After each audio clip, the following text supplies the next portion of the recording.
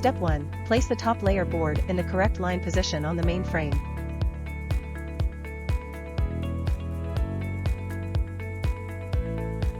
Snap the buckle on one side of the top layer board at an angle into the correct line of the main frame.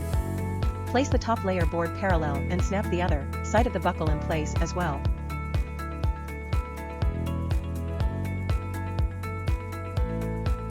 Step 2. Place the bottom plate in the correct line position on the main frame.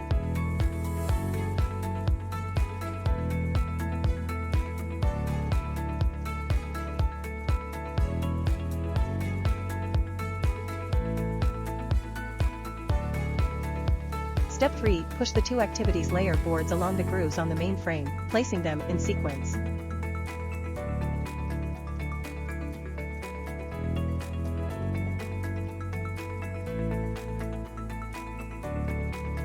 Step 4. Push the drawer along the bottom plate.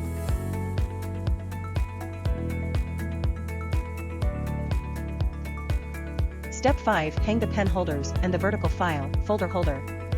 Note that the pen holder is on the right and the vertical file folder holder is on the left.